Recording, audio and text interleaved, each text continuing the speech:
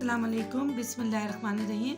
आज मैं लाई हूँ बहुत ही स्पेशल चना चाट, जो यकीनन आप सबको बहुत ही पसंद आएगा। मेरे घर वालों को तो बहुत अच्छा लगता है। ये रमज़ान के लिए बहुत ही ख़ास रेसिपी है।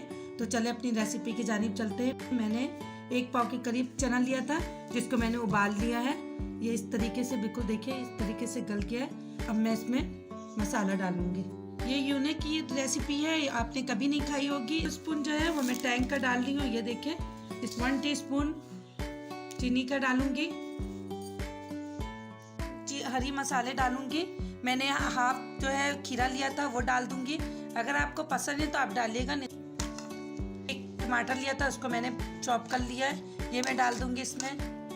2 मैंने हरी मिर्ची को चॉप कर लिया है, ये भी मैं इसमें डाल दूंगी। और 1 प्याज को मैंने चॉप कर लिया था, ये भी मैं इसमें डाल दूंगी। तो अच्छे से मिक्स कर लूंगी।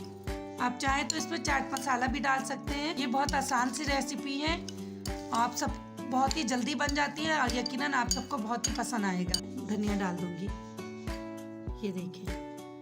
ये देखिए कितना ज़बरदस्त बन गया और ये खाने में भी बहुत मज़े का लगता है।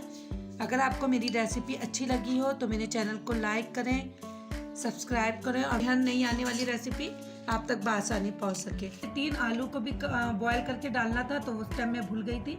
ये मैंने बॉयल किया हुआ रखा हुआ था, इसको मैंने काट के इसमें डाल दिया। ये मीठा चना चाट है, रमज़ान के दिनों में और आम दिनों में भी आप बनाकर खाएं, ये बहुत ही मज़े का बनता है। ये रेसिपी बिल्कुल तैयार हो गई है। अब मैं इसमें हाफ नींबू डालूंगी। अब मिलती हूँ एक नए दिन और एक नए रेसिपी के साथ। फी अमान अल्लाह।